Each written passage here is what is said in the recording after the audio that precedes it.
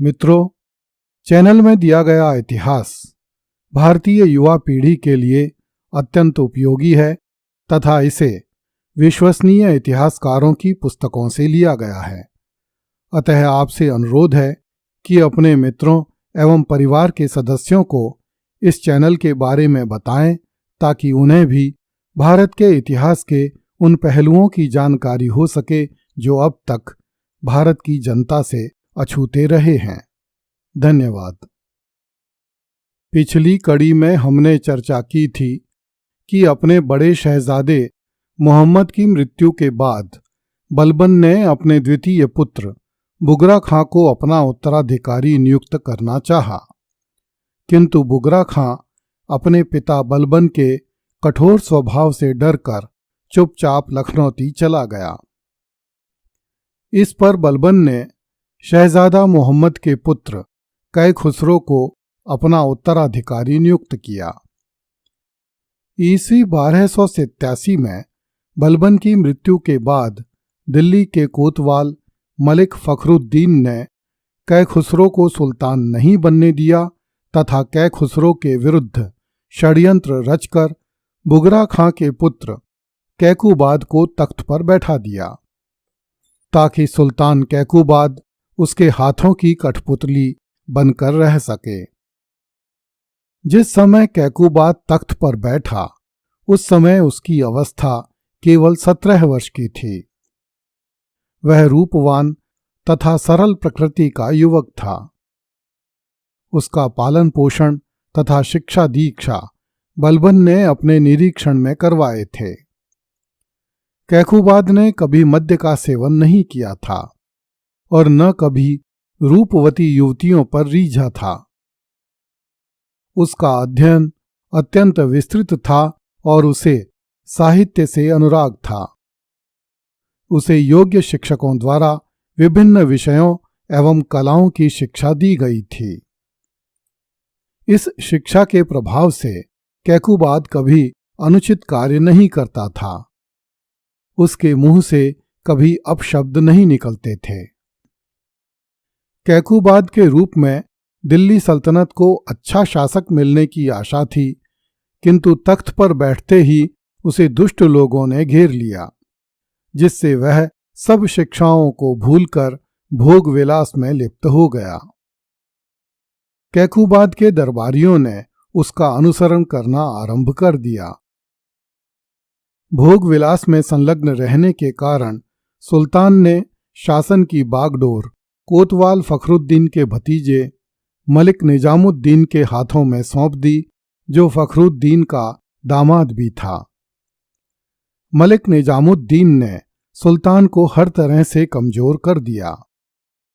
निजामुद्दीन अत्यंत दुष्ट प्रकृति का स्वामी था। उसने सत्ता की चाबी अपने हाथों में आते ही शहजादे कै खुसरो को जहर देकर मार डाला, जिसे बलबन ने दिल्ली सल्तनत का भावी सुल्तान नियुक्त किया था।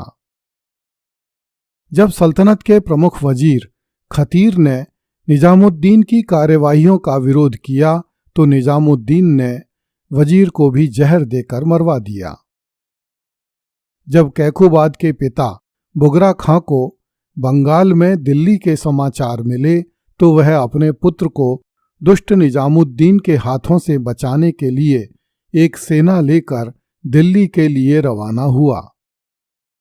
इस पर मलिक निजामुद्दीन ने सुल्तान कैकूबाद को उकसाया कि वह भी सेना लेकर अपने पिता का मार्ग रोके, क्योंकि उसकी नीयत ठीक नहीं है।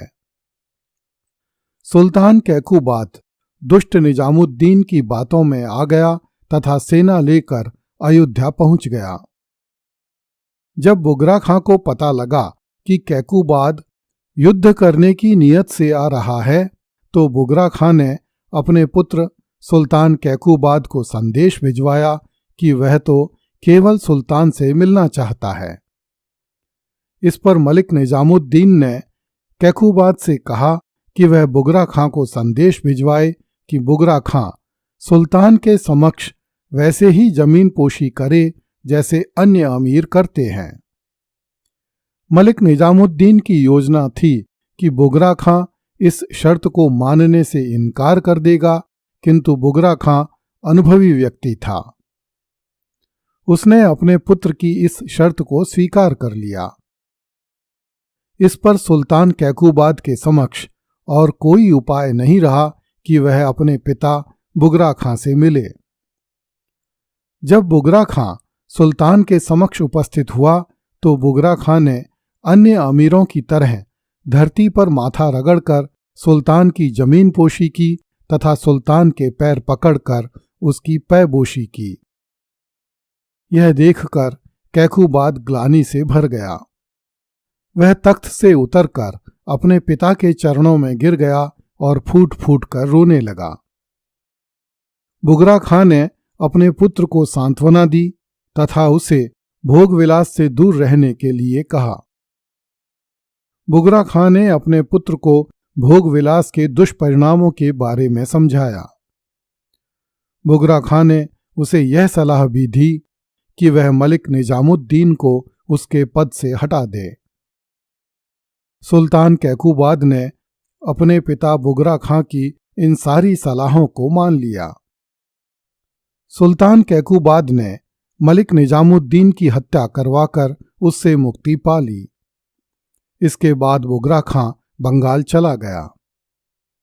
पिता के चले जाने के बाद कैकूबाद दिल्ली आ गया और अपने पिता की सारी बातों को भूलकर फिर से भोग विलास में डूब गया। इसके बाद मलिक कच्छन और मलिक सुरखा नामक तुर्की अमीरों ने शासन पर वर्चस्व स्थापित कर लिया। इस पर सुल्तान कैकूबाद ने मंगोलों के विरुद्ध लगातार युद्ध जीत रहे अपने सेनापति जलालुद्दीन खिलजी को दिल्ली बुलवाकर उसे आरिज मोमालिक अर्थात सेना का निरीक्षक नियुक्त किया तथा शाइस्ता खां की उपाधि दी। सुल्तान कैकूबाद जलालुद्दीन खिलजी के माध्यम से दिल्ली के तुर्की अमीरों की नकेल कसना चाहता था। तुर्की अमीरों को जलालुद्दीन को दिल्ली बुलाए जाने का सुल्तान का यह निर्णय अच्छा नहीं लगा, क्योंकि वे जलालुद्दीन खिलजी को तुर्क नहीं मानते थे। इस नियुक्ति के कुछ ही दिनों बाद अत्यधिक शराब के सेवन से कैकूबाद को लकवा मार गया। इस पर तुर्की अमीरों ने सुल्तान कैकूबाद के अल्पवयस्क पुत्र क्यूमर्स को गद्दी पर बैठा दिया। इस प्रकार कैकूबाद ईस्वी 1587 से ईस्वी 1590 तक ही शासन कर सका। अगली कड़ी में देखिए, खिलजियों ने सुल्तान को लातों से मारकर यमुना जी में फेंक दिया। कृपया इस चैनल को लाइक, सब्सक्राइब एवं शेयर करें। धन्यवाद। मित्रों, चैनल में दिया गया इतिहास भारतीय युवा पीढ़ी के लिए अत्यंत उपयोगी है तथा इसे विश्वसनीय इतिहासकारों की पुस्तकों से लिया गया है। अतः आपसे अनुरोध है कि अपने मित्रों एवं परिवार के सदस्यों को इस चैनल के बारे में बताएं, ताकि उन्हें भी भारत के इतिहास के उन पहलुओं की जानकारी हो सके जो अब तक भारत की जनता से अछूते रहे हैं। धन्यवाद।